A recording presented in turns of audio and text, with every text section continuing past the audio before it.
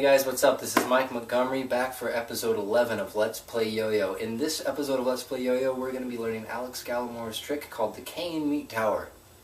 I don't know why it's decaying or why it's a meat tower, but it is decaying and it looks really cool. It's a very interesting slack trick done with an unorthodox start. Instead of throwing a breakaway to start his trick, Alex starts his trick with a throwdown. And then he turns into it and does this undercut. That's pretty much all I've been able to dissect up to this point, just because the video I have, the next motion after that undercut happens really fast, and it's just really hard to keep up with. There's like 4 different things that are happening. He's doing a rejection, the string's flipping around, he's grabbing it with one finger, it's going under the yo-yo with the other hand, and it's just a little crazy. So this trick will definitely be a challenge for me. I hope that you guys enjoy watching me get tortured by it. And like I said earlier, welcome back to episode 11 of Let's Play Yo-Yo. Okay, so he does his throwdown, he does his undercut, and then this hand seems to go under here and like that, and it gets rejected somehow. But I don't really know what happens next, so yeah. Undercut. That hand goes there. I think that gets rejected like that. Basically just putting his hand next to that kicks that string off. And he goes to the next part, which I have no clue what it is, but it looks really cool because it's a nice flourish of slack and stuff. It's pretty great. So it looks like when he does the rejection, that string gets flipped all the way around the yo-yo. So it leaves this kind of wrist mount thing over here. And it looks like he continues the motion and mounts that string into the gap of the yo-yo. If you were to follow through with this, you would make a horrible knot. Not a green triangle. That's a first.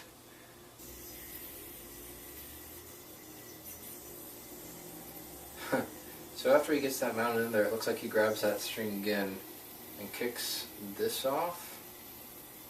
Maybe? Not 100% sure. Tell you what, it's pretty weird doing a throwdown to a side style trick. I keep giving myself knots. It's really, really awesome. Makes me think that my yo-yo is pretty naughty. Okay, so throwdown, undercut, that goes there. That's supposed to reject and flip over my hand, and that's supposed to go through there. And this gets mounted on if it would just get in the gap of the yo-yo. Okay, seriously, get in the gap. No, isn't it? From here, I think he grabs onto this string and swings the yo-yo like up and off, but it's kind of hard to tell. So, like always, I'm going to take another look at the video and see if I can figure out exactly what's going on. This is the worst axiom I've ever done. Enjoy.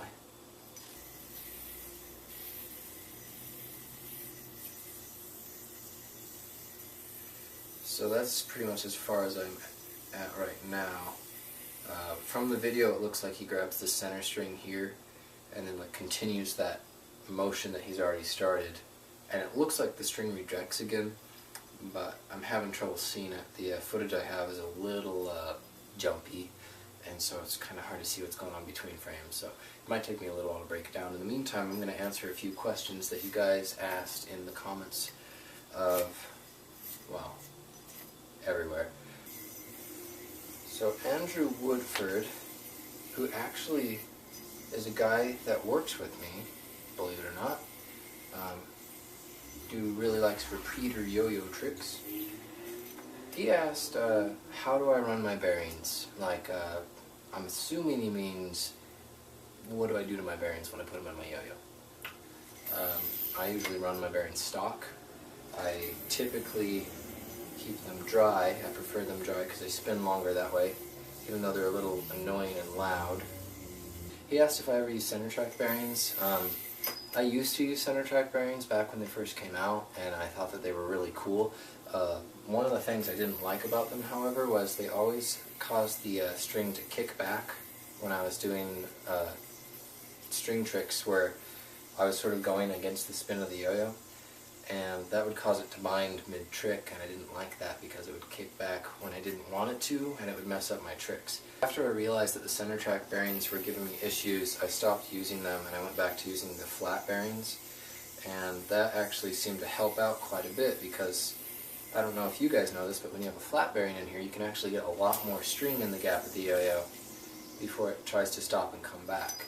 If I try to do that with a center track bearing, even though it's got that little curve that pulls everything to the middle, because there's a center track keeping the one original loop of the string in one spot, it makes it very hard for that one piece of string to slip around the bearing when other strings are in there, and it causes it to bind a lot. So the part of that bearing that you think is helping you is actually screwing you up. That's why I don't like them. That's why I'm using a flat bearing. So I'm starting to get an idea of what happens after that gets rejected, flipped around, and mounted. From what I see in the video, it looks like he pulls this up, and while that's up, the throw hand comes around the front somehow.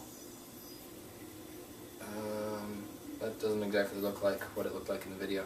This trick is very prone to making rather obnoxious knots around your wrist, and it'll probably take me quite a while to figure it out. But I do want to say good luck to you guys that are trying to learn it with me. Hopefully, we'll be able to figure out what's going on here soon. Reject, through, mount. And then it's like, what's up? That goes up, that goes forward. I really don't know what happens after that. I do know I'm pretty good at making knots now.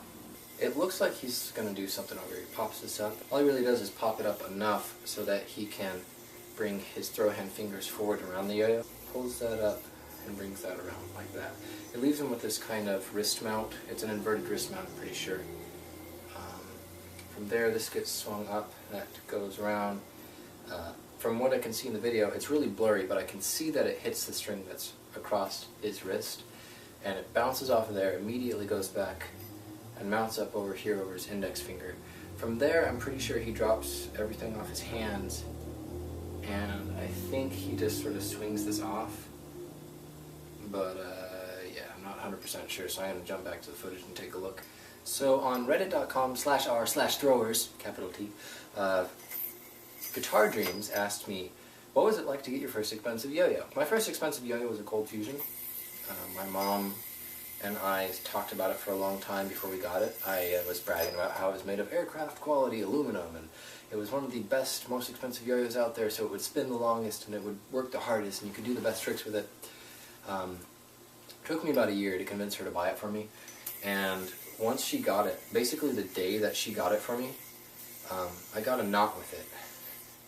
And a lot of people know this story because I tell it a lot, but okay, I'll demonstrate a little bit, but I'm not going to hit myself for you guys. Back when I first started yo-yoing, right before I got that yo-yo, whenever I'd get a snag in the string, it'd usually be about that far down the string, you just swing really hard, and the knot would come out and it would go just fine. After I got that aluminum yo-yo, the Cold Fusion, I got a real knot in the string. It was about that far down the string. It was basically like a green triangle knot. It doesn't look quite like a knot to a beginner. It looks like a snag, and so, being a beginner, I swung it as hard as I could. And instead of the yo-yo unrolling like that, it swung right around, since I threw it as hard as I could, smacked me in the head and knocked me out right in front of my mom, who just bought me a $100 yo-yo. I'm surprised she let me keep on yo-yoing. I woke up with an ice pack on my forehead, thank goodness, because I would have gone to school with a black eye and I would have had to say, I fell down the stairs. So yeah, that was my experience with my very first expensive yo-yo. He also asked if I regretted spending that much money on it. Gotta be honest, the only thing that's really cool about the Cold Fusion is that it was a $100 yo-yo, and it was a little bit before its time. So yeah, that's kind of cool, but it wasn't the best yo-yo out there. It was a metal Duncan Dragonfly, which is actually something that came from Pro-Yo when they bought them, but whatever. Not my favorite, so I kind of regret it. At the same time, it's a fun story to tell. Makes people laugh. Don't hit yourself in the head, kids. Get in there.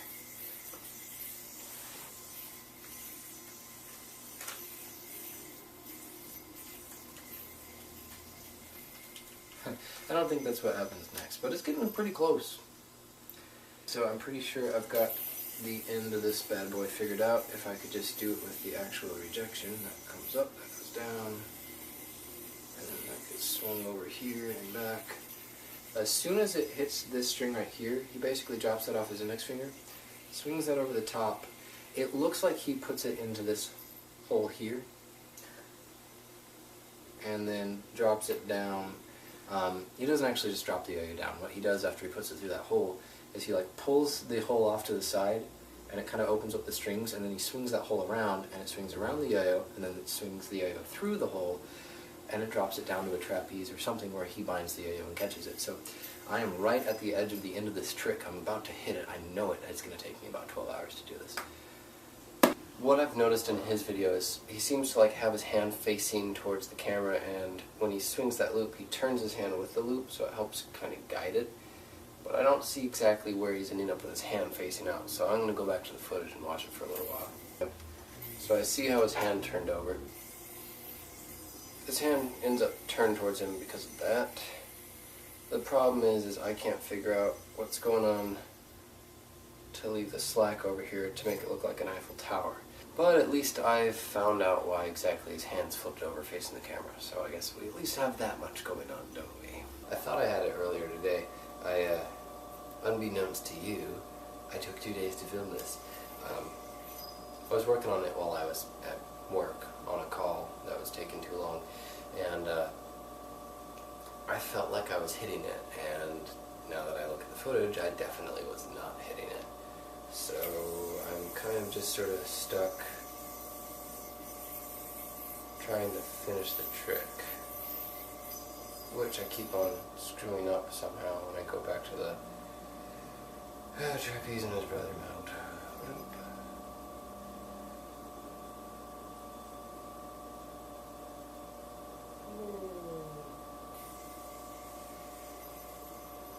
I swear his hand is supposed to be facing out. Or maybe it faces out when he swings that loop, and the loop comes around the yo-yo, and then he drops it. But I don't remember him getting stuck with a knot, so that's probably not what happens. That being said, I posted a picture on Instagram talking about the trick, and Alex commented on it saying that if you miss the loop or if it lands in the gap of the yo, you're going to get knots. So I feel like maybe I'm making my way towards what I'm supposed to be doing, but I'm still having a lot of trouble. So I can't really see what's happening when he gets to this point. I'm not sure what exactly is going on here. I know that he dropped something off of that finger and it leaves him with like an Eiffel Tower over here, but so far I've been unable to create that Eiffel Tower. So I'm not really sure what's going on. I'm going to go and review the footage for a little while and see if I can figure out what the hell is happening because I'm stuck. Okay, so in the video I do see something like that happens. It kind of leaves him with what looks like a little bit of a green triangle mount, and that gets all swung up into here. But he drops this off of his wrist. Thing is when I drop it off, it leaves me with a 1.5 mount that's backwards. When he drops it off, it looks like this loop that's on my index finger is actually up here. And then he swings that around. Somehow it drops around the yo-yo, if I could get that to fall through. And he drops all this down. I've got a knot at this point, but it kind of drops everything out. It's tricks like this that make me wish I did 2-parters. So I'm thinking I've figured out the tower portion of the trick, but it's hard for me to say considering I'm looking at it from behind rather than from your side, so I'll show you what I've got, and I guess we'll see if I got it.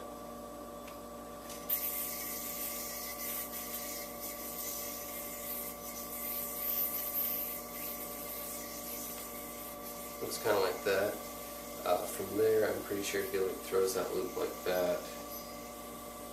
But in his video, that loop kind of swings around the yo-yo, and then it drops down into some sort of backwards mount that he pops out of, lands a trapeze, and because he throws his yo-yos with a throwdown rather than a breakaway, he just immediately binds and catches it. So I'm just going to assume that I figured it out, because that's kind of what it looks like in the video that I've been watching for for the last 2.5 hours, and we'll see if I can figure out how to get that loop to go around the yo-yo and drop out.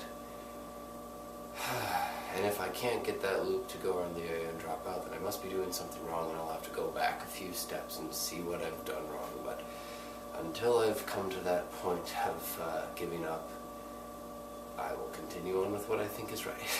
So I'm in a weird situation. I think I've got the trick, but I'm not sure. So I'm just gonna try it till I hit it on film, and I'm gonna watch it, and I'm gonna watch his and see if they match, and then I'm gonna send him a copy of this video and be like, dude, did I do your trick right? Because I don't know what the hell I'm doing.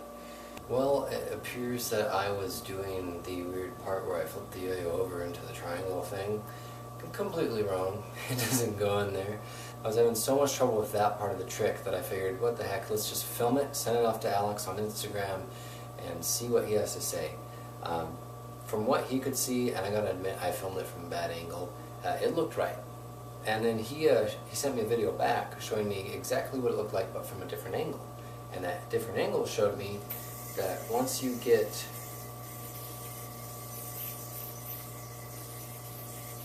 to this point, it goes behind it, not in it. And stop. And that's how you end up with that cool little tower triangle. From there, he sort of throws this away, lets it spin off in front of the yo-yo. It comes back around the yo-yo, and the yo-yo sort of goes through that loop, drops down, and it leaves you with what's basically a trapeze that's been twisted around. From there, he takes the string, this one right here, and he mounts that under the yo-yo, kind of like in a Mach 5 mount, pseudo Mach 5 mount, I guess. He drops this off, and then sort of swings the yo-yo around once or twice, lands it on the trapeze, and binds it. So now that I know what's going on, all I really want to do is see if I can land it for you guys cleanly, and then we'll sort of move on. Yeah. Yeah.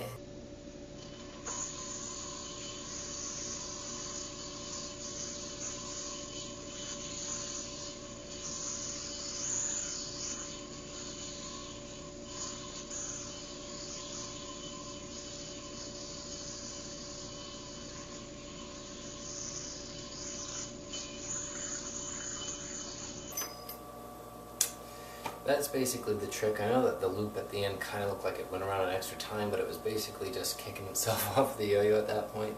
The loop is the trickiest part, and it probably would take a couple thousand tries for me to do it better than that, so we're just gonna go, hey, I finally hit it, thank you, awesome, yeah. That was Decaying Meat Tower by Alex Gallimore, a very talented yo-yoer. And I just wanted to thank you guys for tuning in for episode 11 of Let's Play Yo-Yo.